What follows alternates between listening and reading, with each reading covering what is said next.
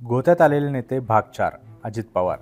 70,000 कोटी रुपयांचा कथित सिंचन घोटाळ्याचा आरोप झाला आणि अजित पवारांना उपमुख्यमंत्रीपदाचा राजीनामा द्यावा लागला. 2012 मध्ये महाराष्ट्राच्या आर्थिक सर्वेक्षण अहवालातून समोर आलं की 70,000 कोटी रुपये खर्च करूनही राज्यात सिंचन क्षमता 0.1%नीच वाढली आहे.